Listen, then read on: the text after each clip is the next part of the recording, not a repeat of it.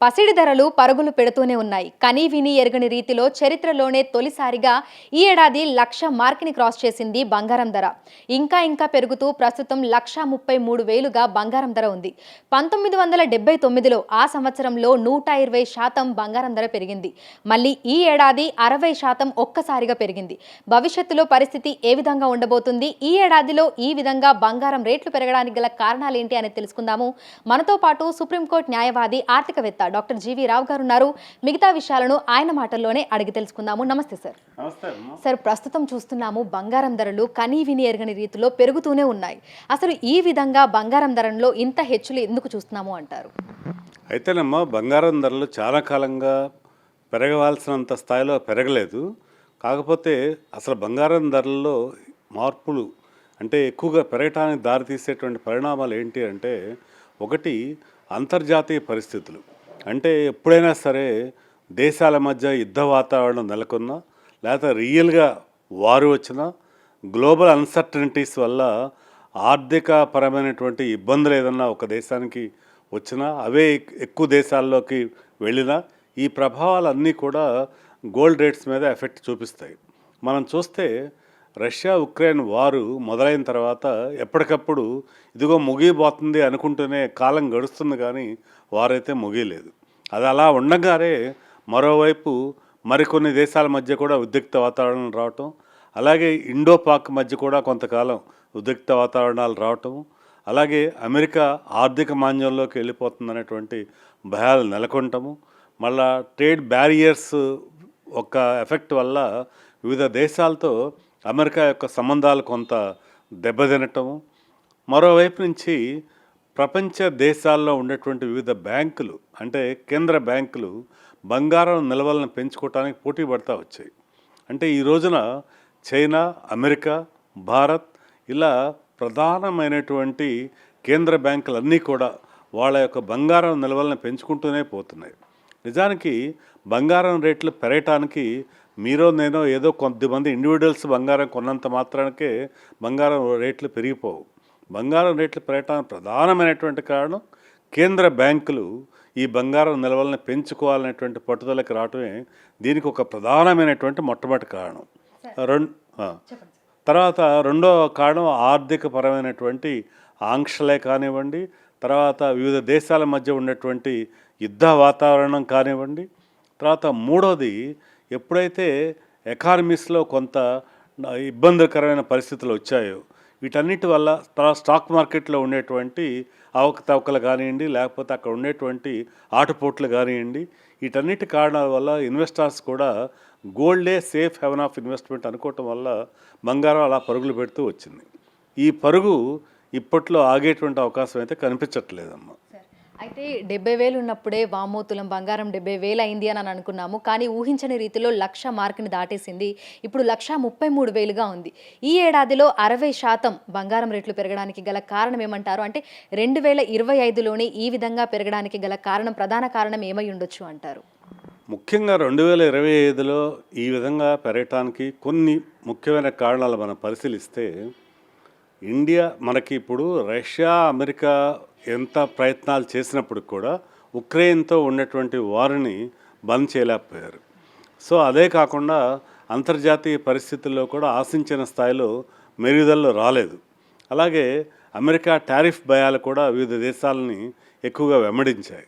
ఈ కారణాలన్నిటి వల్ల వీటితో తోడుగా మళ్ళీ మరోవైపు వడ్డీ రేట్లు కూడా తగ్గుతున్నాయి ప్రపంచవ్యాప్తంగా అనేటువంటి కారణం వల్ల కూడా ఈ ఏడాదిలో ముఖ్యంగా ఇంత పెరుగుదల అనేది మనం చూసాం.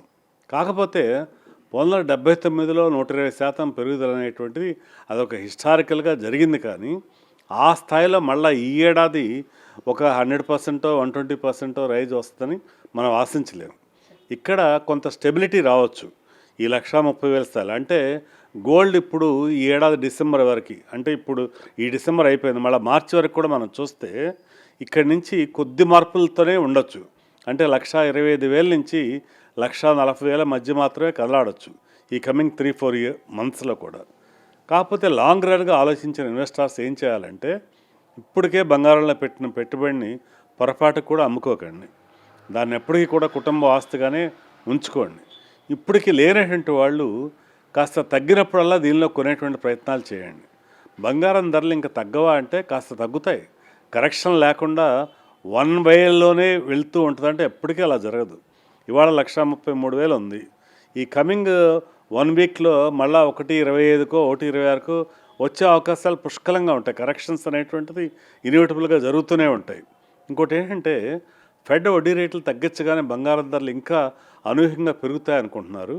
అది అలా జరగకపోవచ్చు. ఎందుకు జరగకపోవచ్చు అంటే ఫెడ్ వడ్డీ రేట్లు తగ్గిస్తుందని అంచనాతోటే బంగారం ధరలు పెరిగాయి ఇప్పుడు. సో ఫెడ్ వడ్డీ రేట్లు తగ్గిస్తే అది పెద్ద న్యూస్ కాదే కదా. అది అనుకున్నది అనుకున్నట్టే జరిగింది కాబట్టి వడ్డీ రేట్లు తగ్గిస్తే కొత్తగా పెరగకపోవచ్చు. కానీ ఒకవేళ వడ్డీ రేట్లు తగ్గించకపోతే మాత్రం బంగారం ధరలు తగ్గేటువంటి ప్రమాదం ఉంటుంది. దీన్ని మనం దృష్టిలో ఉంచుకోవాల్సిన అవసరం ఉందమ్మా. అయితే బంగారం ధరల్లో హెచ్చుతగ్గులు అనేవి చూస్తూనే ఉంటాము. అంటే ఈ ఏడాదిలో చూస్తే మనకి వందలల్లో కాకుండా వేలల్లోనే పెరుగుదల అనేది చూస్తున్నాము. అంటే ఒక రోజు 2 రోజుల గ్యాప్లోనే 3,000, 4,000 పెరుగుతూ వస్తోంది. అయితే డ్రాస్టిక్గా ఫాల్ అయ్యే ఛాన్సెస్ ఏమైనా ఉన్నాయి అంటారా? అంటే 1,00,000 మార్కెట్కి కిందికి వచ్చే ఛాన్స్లు ఏమైనా ఉన్నాయా భవిష్యత్తులో? అదైతే అసాధ్యం అమ్మా. ఎవరైనా ఇన్వెస్టర్స్ కనుక అటువంటి అపోహల్లో ఉంటే ఆ అపోహలను తొలగించుకోమని మాత్రం నేను చెప్తాను. అసలు 1,00,000 లోపు కాదమ్మా, 1,20,000 కన్నా దిగటం కూడా దాదాపుగా దుర్లభమనే చెప్పొచ్చు. అంటే ఒక డౌన్ సైడ్ పాజిబిలిటీస్ చూస్తే గోల్డ్ రేట్లో 1,20,000 కన్నా డౌన్ఫాల్ అయ్యేటువంటి అవకాశం దాదాపుగా 99% లేదనే మనం చెప్పొచ్చు అనమాట. అందుకని 1,20,000 మార్క్ కన్నా దిగువకు వచ్చే అవకాశాలు లేవు. పెరుగుదల కంటారా, అది ఇంకా ఎంతవరకైనా పెరగచ్చు. కాకపోతే ఆ 120%లో ఆ స్థాయిలో పెరగకపోయినప్పుడు కూడా ఒక విషయం అయితే నేను ఖచ్చితంగా చెప్తానమ్మా. బంగారం ధర ఇప్పుడున్నటువంటి ఈ 1,33,000 నుంచి రానుంటే 2 సంవత్సరాల కాలంలో కనీసం టార్గెట్ 2,00,000 రూపాయలనైతే చెప్పొచ్చు మనం. అంటే ఇక్కడి నుంచి కనీసం ఇంకొక 60,000 రూపాయలు పెరిగేటువంటి అవకాశం ఉంది. అది కూడా చాలా మంచి రిటర్నే.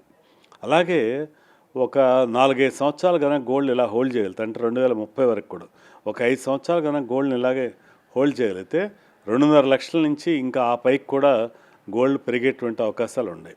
వీటన్నిటిని కూడా దృష్టిలో ఉంచుకుని కుటుంబాలు ఉండేటువంటి వాళ్ళు ఎవరైనా, ఇంట్లో ఆడపిల్లలు ఉండేటువంటి వాళ్ళు ముఖ్యంగా ప్రధానంగా బంగారం మీద పెట్టుబడుల సురక్షితత్వాన్ని గుర్తెచ్చుకుని దానిలో ఇన్వెస్ట్మెంట్ని కొనసాగిస్తే వాళ్ళకి భవిష్యత్తుకి అది చాలా మంచి ఉపయోగకరంగా ఉంటుంది. ఈ జాగ్రత్తలు కనుక ఇప్పుడు తీసుకుని కొనటం మొదలుపెట్టకపోతే రానున్న రోజుల్లో ఆడపిల్లల పెళ్ళిళ్ళ సమయంలో బంగారాన్ని కొంచెం కూడా సమకూర్చుకోలేకపోయినటువంటి వ్యధే మిగులుతుంది. కాబట్టి దీనికి ఒక పరిష్కారం ఏంటంటే క్రమం తప్పకుండా రేట్లతో సంబంధం లేకుండా ప్రతి నెల కూడా 1 గ్రామ్ కనీసం బంగారం కొనుక్కుంటూ వెళ్ళటమే వీటన్నిటి కూడా చాలా ఉత్తమమైనటువంటి సొల్యూషన్ అని నేను చెప్తానమ్మా. అయితే భారతదేశంలో పెళ్ళిళ్ళైనా, పండుగలైనా, ఇతరత్ర శుభకార్యాలు ఏవైనా సరే ఎంతో కొంత బంగారం కొనాలి అనేది ఎప్పటి నుంచో ఆనవాయితీగా వస్తుంది. మహిళలకు కూడా బంగారు ఆభరణాలంటే ఎంతో ఇష్టం. కానీ ప్రస్తుతం చూస్తే కూడా ఈ పెరుగుతున్న రేట్లు కొనాలా వద్దా అనే విధంగా ఉన్నాయి పరిస్థితులు చూస్తే. అయితే మనకి మధ్య మధ్యలో మూడాలంటూ వస్తూ ఉంటాయి, కొన్ని నెలల గ్యాప్ అనేది వస్తూ ఉంటుంది. సో ఆ సమయంలో మనకి బంగారం రేట్లు తగ్గుతాయేమో అని కూడా చాలామంది భావిస్తూ ఉంటారు. అది నిజంగానే మార్కెట్ ఆ విధంగానే పనిచేస్తుంది అంటారా? అంటే సేల్స్ లేనప్పుడు మనకి రేట్లు తగ్గడము అట్లా ఏమైనా జరుగుతుంది అంటారా? అయితే మీరు అన్నటువంటి విషయం అంతా కూడా ఒకప్పుడు నిజం.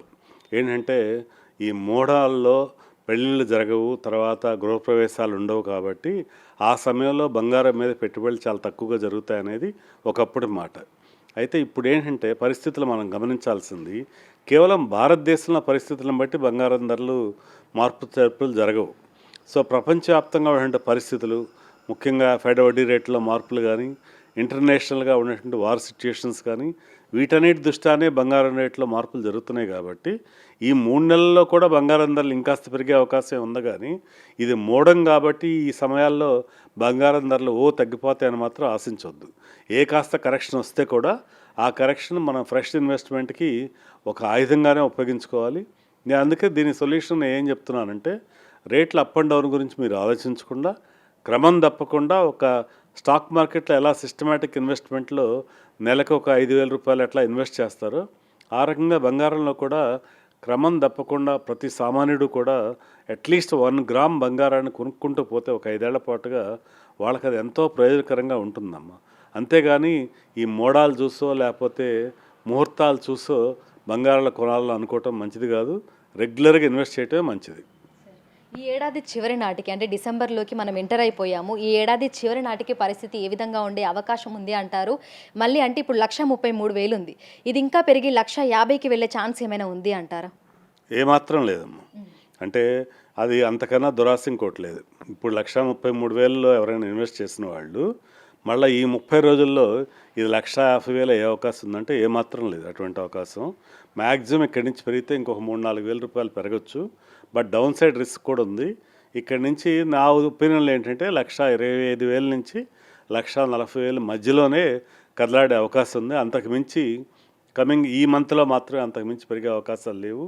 అనుకోకుండా ఏదన్నా మనకి ఊహించాలంటే పరిణామాలు ఏమన్నా జరిగితే తప్పితే ఇంతకు మించిన మార్పులు జరగకపోవచ్చమ్మా. అందుకని చెప్పి మనం దాని గురించి ఆశపడే కన్నా కూడా మామూలుగా లాంగ్ టర్మ్ ఆలోచనలతోటే బంగారంలో పెట్టుబడి పెడతాం మంచిది. Thank you sir, thank you so much. So ప్రస్తుతం చూసినట్లయితే కూడా బంగారం ధరలు అంతకంతకు పెరుగుతూనే ఉన్నాయి. ప్రస్తుతం 1,33,000గా బంగారం ధర ఉంది. అయితే భవిష్యత్తులో ఇంకా పెరిగే అవకాశాలే తప్ప తగ్గే అవకాశాలు మాత్రం కనిపించడం లేదు అని ఆర్థికవేత్తలు అయితే చెప్తున్నారు. ముఖ్యంగా బంగారం కొనుగోలు చేయాలనుకున్న వాళ్ళు లేదంటే బంగారం మీద ఇన్వెస్ట్ చేయాలి అనుకున్న వాళ్ళు చేయడమే మంచిది అని కూడా చెప్తున్నారు. వీడియో జర్నలిస్ట్ గౌరవ్తో Anjuma, big TV, Hyderabad. For more videos like this, subscribe Big TV channel.